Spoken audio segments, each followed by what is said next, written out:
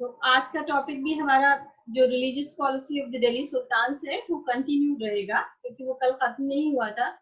और कल मैंने मोहम्मद बिन तुगलक के बारे में जो बताया था वो आप लोगों को याद होगा, जिसमें मैंने कहा कि he had a very broad vision, बहुत उसका खुला नजरिया था धर्म के मामले में, वो अलग था और बहुत बड़ा अच्छा नजरिया था उसका।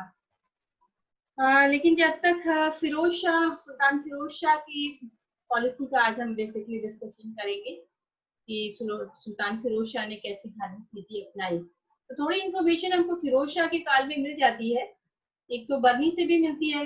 आपको याद होगा कि बरनी में तारीख फिरोज शाही जो लिखी तो वो फिरोज शाह के पैट्रोनेज में ही लिखी। और इसके अलावा अफीफ का भी काम है, अफीफ की भी तारीख है फिरोज शाही है। सुल्तान फिरोज शाह का खुद का काम है अपना, जो फुतुहात फिरोज शाही कहलाता है, कल भी मैंने उसका रेफरेंस किया था। तो आप जब फिरोज शाह के काल में पढ़ते हैं तो आप ये भी पढ़ते हैं कि मतलब उसके काल में जो कॉन्सेप्ट है, it was the concept of a benevolent state, एक ऐसी कल्याणकारी स्टेट का कॉन्सेप्ट आता है कि फिरोज शाह ने ये प्रयास किया कि वो जो है वो समाज कल्याण के कार्य करे और पूरी स्टेट जो है उसी पे बेस्ड थी। तो बेसिकली हमको ये डिस्कस करना है कि वाकई जो ये कॉन्सेप्ट था ये सही था कि कल्याणकारी स्टेट थी या सबके लिए नहीं थी, कैसी स्टेट थी। तो इसी में के से संबंध जो है वो रिलीजियस पॉलिसी भी हम डिस्कस कर लेंगे। तो अगर हम फिरोज शाह की रिलीजियस पॉलिसी का डिस्कशन करें तो ये भी बहुत जरूरी होगा कि हम ये देखें कि उसका एक्सेशन कैसे हुआ, कि उसका जो राज्यारोहण था वो कैसे हुआ, क्योंकि ये बहुत इंपॉर्टेंट है उसकी रिलीजियस पॉलिसी के डिस्कशन के लिए। ये बात तो आप सभी जानते हैं कि Mohammad bin Tughlaq died in Thatta in Sindh in the year 1351, 1351 में थट्टा में उसकी मृत्यु हो गई अकस्मात, और कैपिटल से वो बहुत दूर था। तो ऐसी स्थिति में ये बहुत इम्पोर्टेंट हो गया कि कौन जो है उसके बाद किसको लीडर बनाया जाए।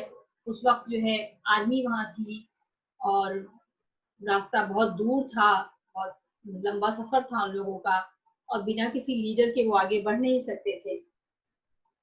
So now the question of accession becomes very important relevant since Firoz Shah was not the only surviving member of the Tughlaq family.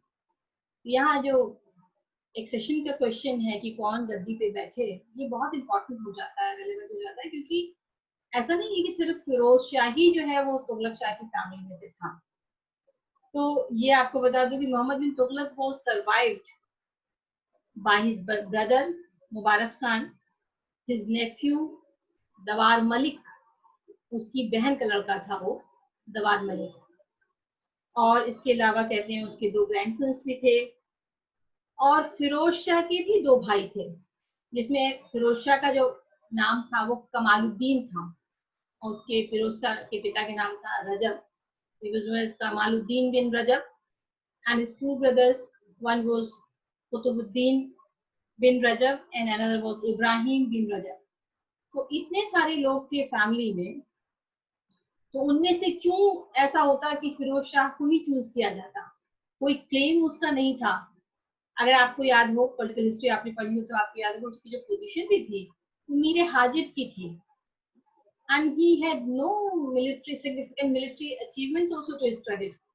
ये उसको ऐसे किसी काम में भी नहीं लगाया था मोहम्मद बिन तुगलक के वक्त में, किसी ऐसी चीज उसको कोई मिलिट्री से रिलेटेड चीज असाइन भी नहीं की गई थी, इस तरह का टास्क थी जिसमें जो है उसने प्रूव्ड हिज मेटल, ऐसा भी नहीं था।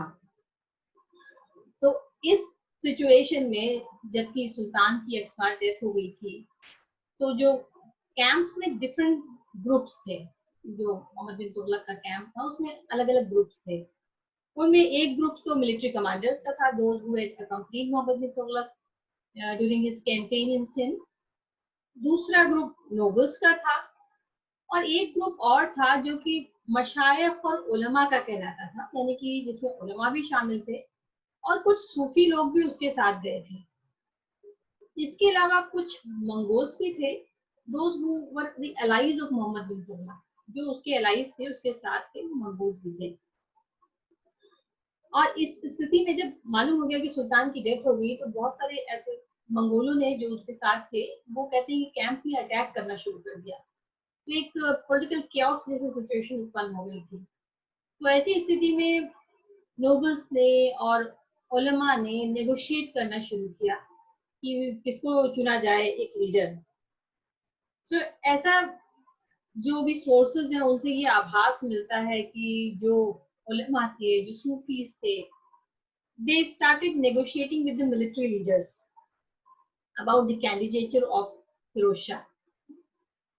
और ऐसा भी माना जाता है कि उन्होंने फिरोज शाह मोहम्मद बिन तुगलक की बहन, जिसका लड़का दावर मलिक था, उसके पास भी अपने मैसेंजर्स भेजे ये कहने के लिए कि भाई वो अपना क्लेम वापस ले ले अपने लड़के का, क्योंकि उसका भी क्लेम था। वो ये सोच रही थी कि फिरोज तो सिर्फ जो है मीर हाजिर है, वो कोई ऐसी पोस्ट नहीं है, लेकिन उसके लड़के का क्लेम ज्यादा है, तो उसके पास भी मैसेजेस भेजे कि वो क्लेम वापस ले ले अपने बेटे का। ऐसा सोर्सेस से मालूम होता है। और मंगोल इंसिडेंट भी एक ऐसा इंसिडेंट था जिससे लोगों की एंजाइटी बढ़ गई थी। तो बर्नी और अफीफ दोनों की सोर्सेस से ये इंडिकेशन मिलता है कि जो है बहुत सारे ऐसे सूफीज और उलमा जिनमें नाम भी उन लोगों ने उनके दिए हैं, जिसमें वो लोग बताते हैं कि एक मखदूम ज्यादा अब्बासी थे, एक शेख नासरुद्दीन थे, एक शेख शयूख मिस्री थे। ऐसे बहुत सारा ये जो ग्रुप था, इन्होंने कलेक्ट होके रिक्वेस्ट की और नोबल्स से कि फिरोज शाह को एक्सेप्ट कर लिया जाए एज अ रूलर। और क्योंकि लोगों के बीच में काफी एंजाइटी थी इस चीज को लेके, पॉलिटिकल कियास को लेके, तो लोगों ने जो है वो एक्सेप्ट कर लिया फिरोज का कैंडिडेटशिप। तो इस स्थिति में उसको मान लिया गया। हालांकि जैसे मैंने कहा कि ऐसा नहीं था कि वो कोई मिलिट्री कमांडर था या उसके बहुत मिलिट्री अचीवमेंट्स रहे हों। तो ये थोड़ा सा डाउट इस चीज का होता है कि कैसे मतलब ऐसा हुआ। तो इससे हम लोग ये अंदाजा लगाते हैं कि सूफीज का और उलमा का रोल रहा है फिरोज शाह के एक्सेशन में, क्योंकि जिस तरह से उन्होंने निगोशिएशंस की। और ये भी एक आभास मिलता है शायद कि जैसे शेख नासरुद्दीन जो है दिल्ली के, उनके फिरोज शाह से बहुत पहले के कनेक्शन थे और बहुत पहले ही उन्होंने फिरोज शाह को नॉमिनेट किया था। In the mean while the events at Delhi took a different turn.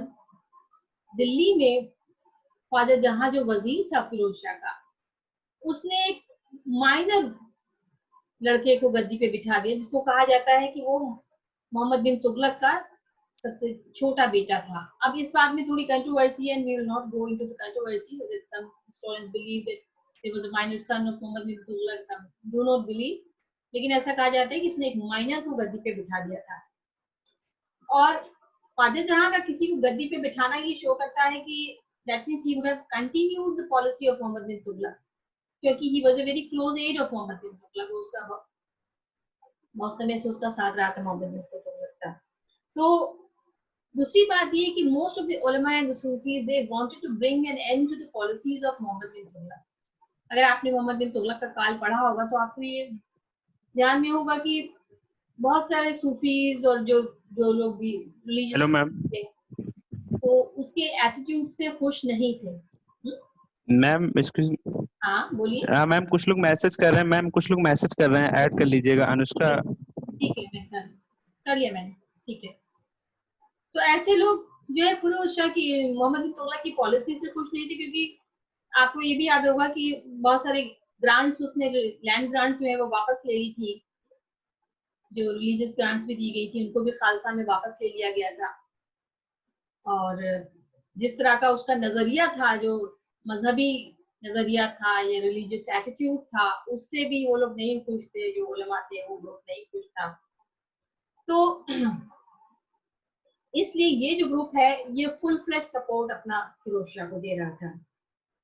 और बर्नी और अफीफ की राइटिंग से हमको बहुत ज्यादा जो है वो सही चीजों को पता इसलिए नहीं चलता है कि Barani also twists his facts because he wrote under the patronage of Firoz Shah. और आपको पता है कि वो उन ग्रुप्स में से, उस ग्रुप में शामिल था जिससे जो है फिरोज ख्वाजा जहां के ग्रुप में पहले शामिल था, और बाद में उसको इम्प्रिजन भी किया गया फिरोज शाह के समय में, लेकिन फिर उसे छोड़ दिया गया। तो फिरोज शाह को खुश करने के लिए उसने ये किताब लिखी थी।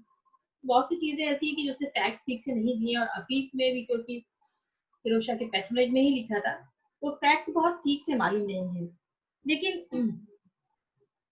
ऐसा लगता है फिर भी इनकी राइटिंग से ये आभास होता है कि as a Firoz Shah had reached to an understanding with the group of the Sufis. क्योंकि बदायूनी जो बहुत बाद में लिखता है, लगभग 200 साल बाद लिखता है, उसका भी ये कहना है कि शायद शेख नासरुद्दीन से चिराग देरी जो थे, वो उन्होंने बहुत पहले ही फिरोज शाह को नॉमिनेट किया था एक सुल्तान के तौर पे, जब मोहम्मद बिन तुगलक जो है वो अपनी कैंपेन जो है वो दक्कन और गुजरात में और सिंध में कर रहा था। He was dealing with the regions of Gujarat. And Afif also speaks in a very guarded language that there was some kind of understanding between Muhammad bin Tughlaq and Sheikh Nasruddin. So this group wanted a ruler under whom they could maximize advantage. They could get maximum advantage. इस group को जो है सबसे ज्यादा advantage मिले। इसके बाद के जो डेवलपमेंट्स है वो इस तरह के हैं कि जब उन्होंने सिलेक्ट कर लिया फिरोज शाह को, हालांकि उसमें और भी बड़ी चीजें हैं कि फिरोज शाह ने पहले कहा कि भाई वो राजी नहीं है, he was reluctant and he said he wanted to go on a hajj and almost said no, वो उससे कि किसी ने उसको हाथ पकड़ के आगे बैठा दिया कि नहीं मैं आपको एक्सेप्ट दे, मतलब ये पूरा इस तरह से दर्शाया गया सोशल में कि जैसे कि वो रिलक्टेंट था और उसको उन्होंने कहा नहीं भी आप बन जाइए हमारे एक तरह से सेवियर बन जाइए, हमें पहुंचना है दिल्ली तक कैसे। तो शायद ये भी है कि वो रिलक्टेंट क्या था, इस वजह ये भी शो करना चाहता था कि वो देखना चाहता होगा कि भाई उसका कितना पॉलिटिकल सपोर्ट है, कौन कौन लोग जो है उसके साथ एग्री हैं, उसको सपोर्ट कर रहे हैं may be. The next thing is that his selection of route, कि किस तरह का रूट उसने सेलेक्ट किया दिल्ली पहुंचने के लिए। He rejected the Gujarat route, जैसे वो सिंध में था, वो गुजरात होके भी जा सकता था, but probably he expected stiff resistance in Gujarat, और हो सकता है उसको दिल्ली में भी उसके खिलाफ कुछ रेजिस्टेंस हो, उसका भी आभास था, उसने गुजरात रूट अवॉइड किया and he selected the route of Dipalpur से आने का उसने तय किया। This was also a route which had important centers of Sufis, जहाँ पे कई सूफियों की जो है वो मकबरे थे, खानकाहें थी। तो उसका पहला हॉल्ट था Siwistan, and there he visited the graves of the Sufis and saints and paid homage to them, और उसने बहुत सारी उनको ग्रांट्स जो है वक्फ है, इनाम लैंड्स है, उन ग्रांट में दी।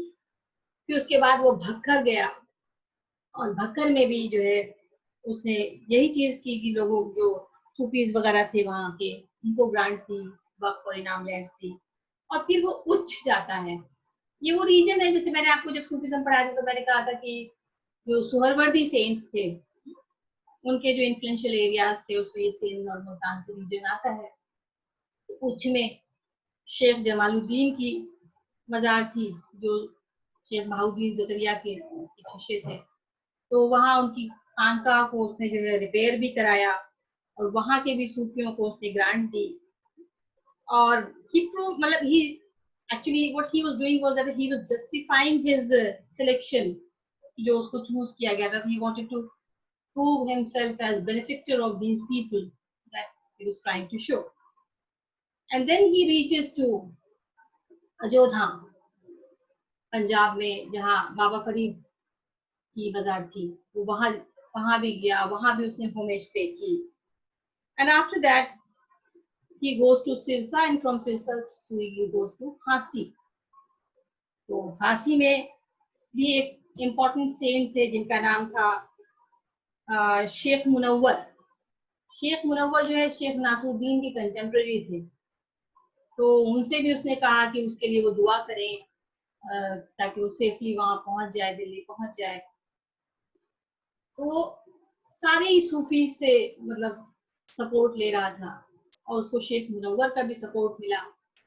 और शेख मुनव्वर के बारे में जो बात कोट की जाती है वो ये कि उन्होंने ये कहा कि Delhi will come to Hansi, कि दिल्ली अपने आप खुद हांसी चली आएगी।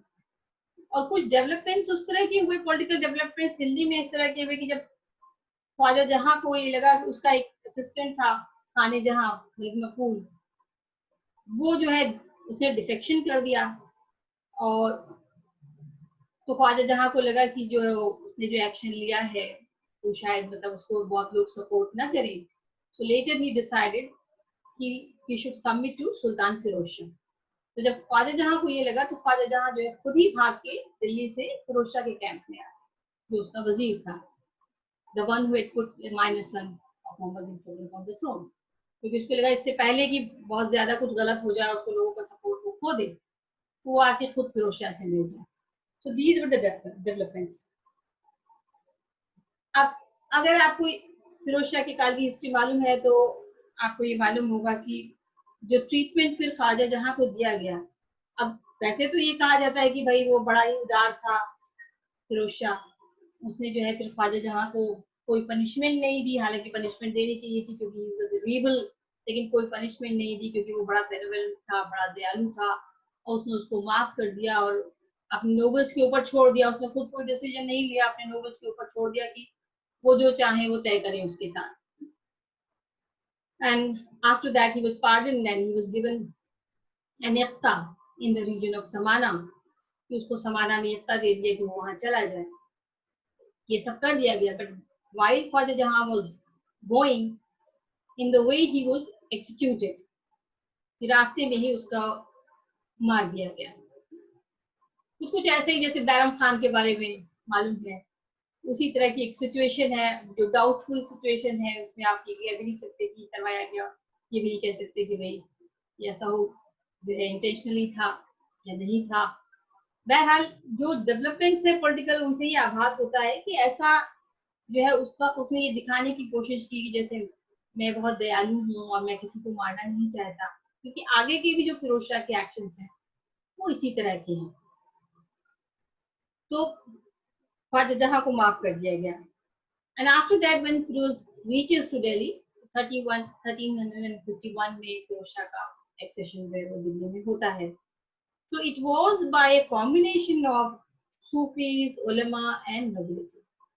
जितने भी मैंने आपको जो पॉलिटिकल डेवलपमेंट्स डिस्कस किए हैं, इन सब से यही आभास होता है कि फिरोज शाह के एक्सेशन में नोबल्स के अलावा, उमरा के अलावा उलमा का भी हाथ था, सूफीज का भी हाथ था, एक रोल बहुत बड़ा रहा है, और उसी तरह से फिरोज शाह अपने आप को पोज भी कर रहा था।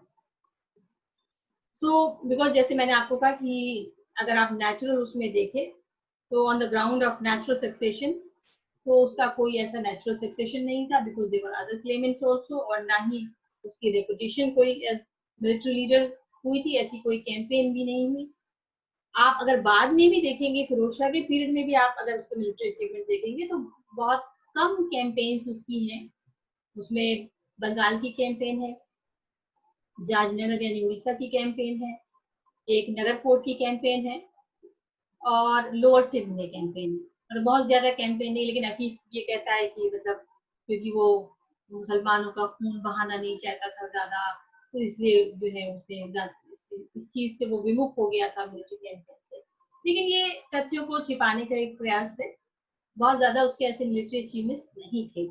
तो जाहिर सी बात है, in such a situation he had to depend upon the support of those elements who were dissatisfied during the reign of Muhammad। तो ऐसी स्थिति में जबकि ऐसे कोई अचीवमेंट्स नहीं थे उसके, तो उसको उन्हीं लोगों के सपोर्ट पर निर्भर रहना पड़ा जो उस वक्त जो है, जो जैसे मैंने कहा उलमा का एक बहुत बड़ा ग्रुप था, उसका का ग्रुप था। तो in this situation ulama began to dictate the policy of the state in their favor, or which had so far been kept under control under the rulership of strong monarchs like Alauddin Khalji and Muhammad bin Tughlaq। तो अभी तक जैसे जब कल हम discuss कर रहे थे, हमने ये कहा, मैंने ये बताया था कि जहाँ तक धार्मिक नीति का सवाल है, ये डिपेंड करता था कि कोई भी मोनार्क कितना स्ट्रॉन्ग है या वीक है। तो क्योंकि ये दोनों स्ट्रॉन्ग मोनार्क रहे थे, अलाउद्दीन खिलजी भी और मोहम्मद बिन तुगलक भी, तो जिन्होंने उलमा को बहुत ज्यादा इंटरफेयर नहीं करने दिया अपनी प्रशासनिक नीतियों में।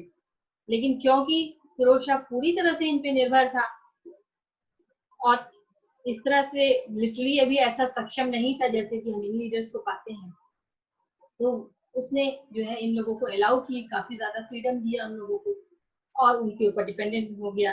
एक तरह से।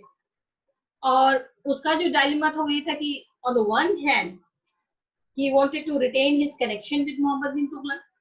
एक तरफ तो वो ये दिखाना चाहता था कि भाई वो कनेक्टेड है मोहम्मद बिन तुगलक से, और दूसरी तरफ वो ये शो करना चाहता था कि वो उसकी पॉलिसीज को नहीं अपनाना चाहता, क्योंकि बहुत सारे लोग और number of reasons they were not satisfied with the policies of Mohammad bin Tughlaq. वो आपको मालूम है कि बहुत सारे ऐसे रीजंस रहे हैं, इकोनॉमिक रीजंस भी रहे हैं, रीजंस भी रहे जिससे बहुत सारे लोग डिससेटिस्फाइड हो गए थे। तो उसने टोटली ये दिखाने की कोशिश की कि भाई उसकी नीतियां जो है वो एकदम अलग होंगी। तो इसीलिए उसने उसका जो कॉन्सेप्ट था एक बेनेवोलेंट स्टेट का, जो हम देखते हैं, ये कल्याणकारी राज्य का जो कॉन्सेप्ट था वो शुरू हुआ। तो अपने एक्सेशन के फौरन बाद जिस तरह के स्टेप्स फिरोज शाह ने लिए वो ये थे कि जैसे फर्स्ट ऑफ ऑल आपको मालूम होगा कि बहुत सारे लोगों ने जिन्होंने मोहम्मद बिन तुगलक के समय लोन लिया था, एग्रीकल्चरल लोन लिया था, जो एग्रीरियन रिफॉर्म्स के लिए जब बुलाना चाहता था, बहुत सारे लोगों ने जो लोन लिया था सबसे पहले उसको माफ कर दिया गया, उसको डिस्ट्रॉय कर दिया गया वो जो अकाउंट था पूरा। इसके अलावा ये डिक्लेयर किया गया कि वो किसी भी मुस्लिम का नाहक खून नहीं बहाएगा, बिला वजह खून नहीं बहाएगा। और ऐसी टॉर्चरस प्रैक्टिसेस थी जिसमें लोगों के ब्लेम्स काट दिए जाते थे। ऐसा भी मोहम्मद बिन तुगलक के समय में हुआ है, बहुत सख्त सजाएं वो दिया करता था, तो ऐसी सजाएं उसने माफ कर दी। ऐसे बहुत सारे टैक्सेस माफ कर दिए जो कहे जाते थे कि शरअ में फॉरबिडन है, शरीयत में नहीं है, ऐसे टैक्सेस उसने माफ कर दिए। और ऑफ कोर्स उसने बहुत सारे एग्रीकल्चरल रिफॉर्म्स भी कराए, जिसमें आपको मालूम है इरिगेशन वर्क जो है उसके समय में नहरें बहुत खुदवाई गई, काफी उद्यान लगवाए गए, ऐसी बहुत सी चीजें भी उसने करी जिससे जो है वो खुशहाली भी हुई, किसानों को फायदा भी पहुंचा। तो ऐसे भी काम उसने किए। और इसके अलावा उसने जो रिलीजियस लोग थे, जिसमें उलमा सूफी लोग थे, इन लोगों को काफी ग्रांट्स भी दी, लैंड ग्रांट्स भी उनको दी, और टीचर्स को भी ग्रांट दी। वैसे तो जो चैरिटी में दी गई उसको इनाम कहा गया, और जो टीचर्स को दी जाती थी उसको इदराक कहते थे, इनाम और इदराक, IDRAK। और अगर हम उसकी पर्सनल लाइफ को देखें तो आप पाएंगे कि अपनी पर्सनल लाइफ में he was fond of drinking. ऐसा नहीं है कि वो कट्टर सुन्नी मुसलमान वो इस तरह का हो कि वो शराब न पिए, जैसे कि सुल्तानों के जो शौक हुआ करते थे वो सारे शौक उसके थे। And he used to drink wine. और उसके दरबार में भी ऐसे लोग थे जो शराब पिलाने का काम करते थे, जिनको बाद में एक पर्टिकुलर वर्क कलाल के संबोधित किया गया, ऐसे वर्क जो लोग ऐसा काम करते थे। और कारखानों में भी हमें रेफरेंस मिलता है, अफीफ जो बात करता है फिरोज शाह के कारखानों की, तो उसमें भी वाइन एक डिपार्टमेंट पूरा था। And he was very fond of music also. And बहुत से ऐसे सेरेमोनियल ओकेजन्स पे, जैसे कि ईद है, शब बारात है, उस पे वो म्यूजिक का, संगीत का आयोजन किया जाता था। और फिरोज शाह के काल में ही बहुत सारी किताबें जो हिंदी संस्कृत में थी म्यूजिक पे और इवन मेडिसिन पे, ऐसी किताबों का ट्रांसलेशन भी फारसी में हुआ। ऐसी कई चीजें हुई। तो और मगर ये तो फिर भी इनमें से ये जो भी मैंने उसके स्टेप्स बताए, ये फिर भी एक ऐसे स्टेप्स नहीं थे जिनको हम कह पाए कि these were the acts of bigotry और धर्मांधता के केसेस नहीं है। लेकिन later in his life he became quite narrow minded. तो जो उसकी एक्ट ऑफ बिगटरी है, जो धर्मांधता के जो एक्ट्स हैं, उनमें जो चीजें आती हैं उसमें ये है कि पब्लिकली बर्न्ड ब्राह्मण, एक ब्राह्मण को उसने जला दिया था इस कॉज पे कि भाई वो अपने घर में कि वो आइडल वर्शिप करता था। उसमें बहुत सारे सुनने में ऐसा आया कि हिंदू और मुसलमान दोनों ही वहां पे इकट्ठा होते हैं। और टेम्पल डिस्ट्रक्शन के भी कुछ केसेस हैं, जिसमें कि दिल्ली के निकट एक विलेज मालवा थी, वहाँ एक टेम्पल डिस्ट्रक्शन का केस है कि वहाँ अफीफ ये कहता है कि बहुत सारे वहाँ पे लोगों ने पानी के लिए हौज बनवाया था और वहाँ वो फेस्टिवल करने लगे थे जहाँ पे हिंदू मुसलमान दोनों इकट्ठा होते थे। तो उस टेम्पल का उसने डिस्ट्रक्शन करवाया। इसके अलावा दो और केसेस आते हैं, एक सालेपुर और एक गोहाना, गोहाना कस्बा था हरियाणा में। तो वहां भी टेम्पल डिस्ट्रक्शन के 3 टेम्पल्स के डिस्ट्रक्शन के केसेस हमको मिलते हैं। इसके अलावा एक और केस जो which is very well known is regarding the imposition of jizya on Brahmins. इससे पहले ब्राह्मण्स पे जजिया कर नहीं लगाया गया था, लेकिन फिरोज के काल में हम पाते हैं कि ब्राह्मण्स पे जजिया लगाया गया। हाँ, इस बात में थोड़ी कंट्रोवर्सी जरूर है कि यार ये चीज का ये जो स्टेप है ये दिल्ली तक ही सीमित था या सभी जगहों पे, क्योंकि जब इसका प्रोटेस्ट हुआ तो ये कहा जाता है कि दिल्ली के लोगों ने ये कहा कि भाई ब्राह्मण्स की तरफ से हम जजिया पे कर देंगे लेकिन उन पे जजिया ना लगाया जाए। तो इससे थोड़ा सा चीजें क्लियर नहीं होती कि क्या ऐसा अगर ऐसा था सिर्फ दिल्ली के लिए था या और जगहों के लिए भी था। बहरहाल जजिया कर लगाया गया। इसके अलावा जो उसका ऑर्थोडॉक्सी का और भी जो उदाहरण मिलते हैं उनमें ये है कि उसने शिया के एक ग्रुप जो स्माइली ग्रुप था शियाज का, उनके ऊपर उनको भी पनिशमेंट्स दी।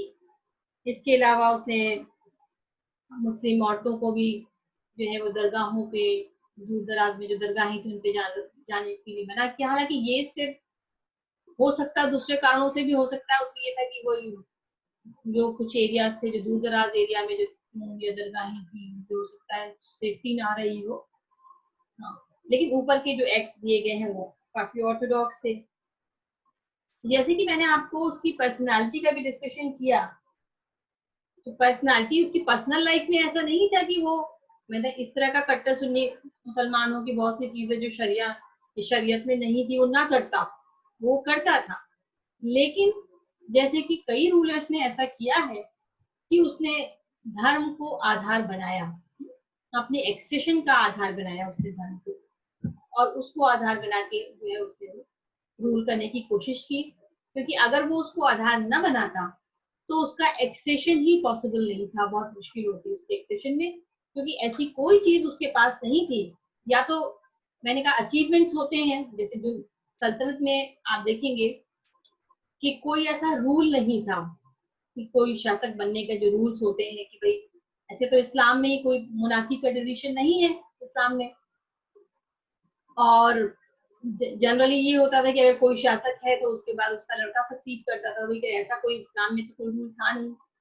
और सल्तनत पीरियड में जैसे मैंने कहा कि भाई कोई ऐसे मिलिट्री जो लोग काफी सक्षम होते थे उनके उदाहरण हमको मिलते हैं कि उन्होंने जो अभी भी कोई भी थ्रोन ले सकता था। जैसे कि तुगलक पावर में आए थे तो इसी तरह से आए थे क्योंकि सक्षम थे वो, उन्होंने लड़के कोई भी आगे बढ़ सकता था उसमें। तो इस तरह की कोई भी चीज नहीं थी। इसलिए अगर हम फिरोजशाह की रिलीजियस पॉलिसी का धार्मिक नीति का आकलन करेंगे तो ये हम पाते हैं कि उसके पीरियड में उलमा का रोल, उलमा की भूमिका बढ़ गई है, क्योंकि वो उनके ऊपर पूरी तरह से निर्भर था। और भी आप अगर फिरोजशाह की नीति आप पढ़ेंगे, प्रशासनिक नीतियां, तो आप पाएंगे कि उसने जो है बहुत ही कंफर्टेबली रूल किया है। कि जैसे कि उसने हेरिडिटरी पोस्ट बना दी, चाहे वो आर्मी में हो चाहे वो इक्तदारों की हो, सबको हेरिडिटरी इक्ता देना शुरू कर दिया और आर्मी पोस्ट जो हेरिडिटरी हो गई वंशानुगत तौर पे। तो यानी उसने एक हर सेक्शन को पुश करने की कोशिश की, चाहे वो नोबिलिटी का सेक्शन हो, चाहे वो आर्मी हो, चाहे वो सूफी उलमा का वर्ग हो, क्योंकि अगर सारे लोग खुश रहेंगे तो अपोजिशन नहीं होगी कोई। तो ये तो खैर अपने उसके पीरियड में उसकी कोई अपोजिशन तो नहीं हुई। अकीफ का काम अगर आप पढ़ेंगे तो वो कहता है कि बहुत ही पीसफुल रेन रहा है उसका, कोई अपोजिशन नहीं हुई, लोग खुश थे, वो इस तरह से का वो मंजर एक क्रिएट करता है। लेकिन वही दूसरी तरफ आप देखेंगे कि धीरे धीरे सल्तनत पीरियड का डिक्लाइन शुरू हो गया, क्योंकि वो जो कंफर्टेबल पीरियड था it was at the cost of efficiency, कि वो एफिशिएंसी के कॉस्ट पे था। तो